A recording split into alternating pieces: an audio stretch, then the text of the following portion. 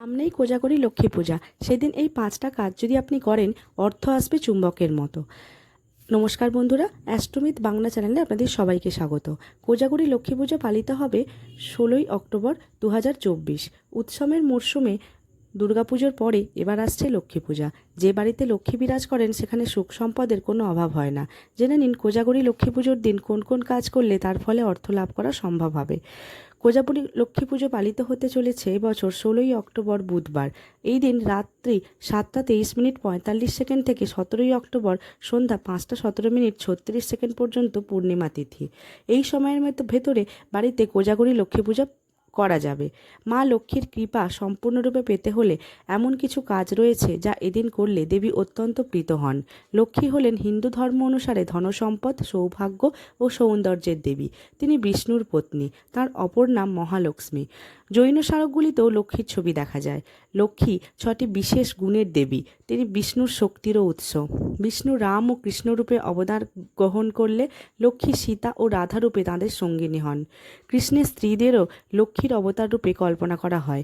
বিশ্বাস করা হয় যে বাড়িতে লক্ষ্মী থাকেন সেখানে টাকার অভাব থাকে না। জেনে নিন লক্ষ্মী পুজোর দিন কোন কোন কাজ অবশ্যই করা উচিত। পদ্মফুলের ওপর বিরাজিতা দেবী লক্ষ্মী হলেন ধনসম্পদ, সৌভাগ্য, সৌন্দর্যের দেবী। ত্রিগুণের মধ্যে তিনি হলেন রজগুণের প্রতীক। সংসারে জীবন ধারণ করার জন্য এই রজগুণের বিশেষ সমাদর রয়েছে। সুস্বাস্থ্য ও আর্থিক শ্রীবৃদ্ধির জন্য এই দিন অর্থাৎ কোজাগরী লক্ষ্মী পুজোয় গোবিন্দভোগ চালের পায়েস তৈরি করুন। তা সন্ধ্যাবেলায় চাঁদের আলোতে রেখে দিন। সারা রাত্রি এই চাঁদের আলোর তলায় রান্না করা পায়েসটা রাখবেন।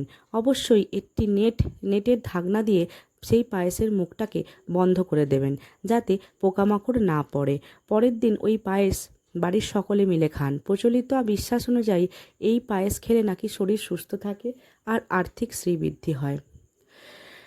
নারায়ণের পুজো করুন। এই কোজাগরী পূর্ণিমায় লক্ষ্মীর আরাধনা করলে সকলের মনোবাসনা পূর্ণ হয়। লক্ষ্মীর আশীর্বাদ পেতে এই দিন লক্ষ্মী পুজোর সাথে নারায়ণ পুজো করলে সারা বছর দেবীর কৃপা পাওয়া যায়। আর এই দিনকে অবশ্যই 5টি কুমারী মেয়েকে যদি পারেন তাদের পছন্দ মতো কিছু কিছু উপহার দিন। এতে কিন্তু মা লক্ষ্মী দেবী প্রসন্ন হন। আর যদি সম্ভব হয় এই দিন গঙ্গায় স্নান করুন। এতে অত্যন্ত পুণ্য অর্জন করা যায়। এই তিথিতে সন্ধ্যাবেলায় লক্ষ্মী দেবীর পুজো সকলেই করবেন এবং লক্ষ্মী দেবীর পুজোতে অবশ্যই নারকেল দেবেন। চিঁড়ে প্রসাদ হিসাবে দেবেন।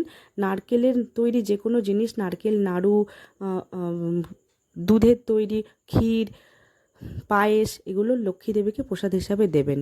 এবং পুজোর পর নারকেলের জল পান করুন এবং তার সাথে সাথে চিঁড়া ভক্ষণ করুন। তাতে খুব ভালো হয়। এই দিনকে সারা রাত্রি জেগে থাকার নিয়ম আছে, কারণ কোজাগরী কথার অর্থই হচ্ছে কে জাগরে। অর্থাৎ প্রচলিত আছে এই দিন মা লক্ষ্মী রাত্রেবেলায় বেরিয়ে দেখেন তার উদ্দেশ্যে তার কোন ভক্ত জেগে আছে। তাই এদিনকে অনেকে রাত জেগে পুজো করেন। লক্ষ্মীর পাঁচালি পড়ুন। লক্ষ্মী পুজোর দিন অবশ্যই লক্ষ্মী পাঁচালি পড়ুন এবং 108 বার গায়ত্রী মন্ত্র জপ করুন। পারলে বাড়িতে দক্ষিণাবর্ত শঙ্খ স্থাপন করুন। এই দিন দেবীর পায়ের সামনে 5টি কড়ি রেখে পুজো করান। সেই কড়িগুলো পরে ক্যাশ বাক্সে তুলে রেখে দিন। লক্ষ্মী পুজোয় পাঁচালি পড়া লক্ষ্মী পুজোর কিন্তু একটি গুরুত্বপূর্ণ অংশ। এই রকমভাবেই ছোট ছোট উপায় করেই কিন্তু আমরা নিজেদের সৌভাগ্য নিজেরাই বজায় রাখতে পারি। মা লক্ষ্মী যেহেতু ধনসম্পদের দেবতা, তার কাছে আমরা প্রার্থনা করতেই পারি যাতে আমাদের বাড়ির প্রত্যেকের বাড়ি যেন ধনসম্পদ এবং শ্রী বৃদ্ধি হয়, সৌভাগ্য বৃদ্ধি হয়।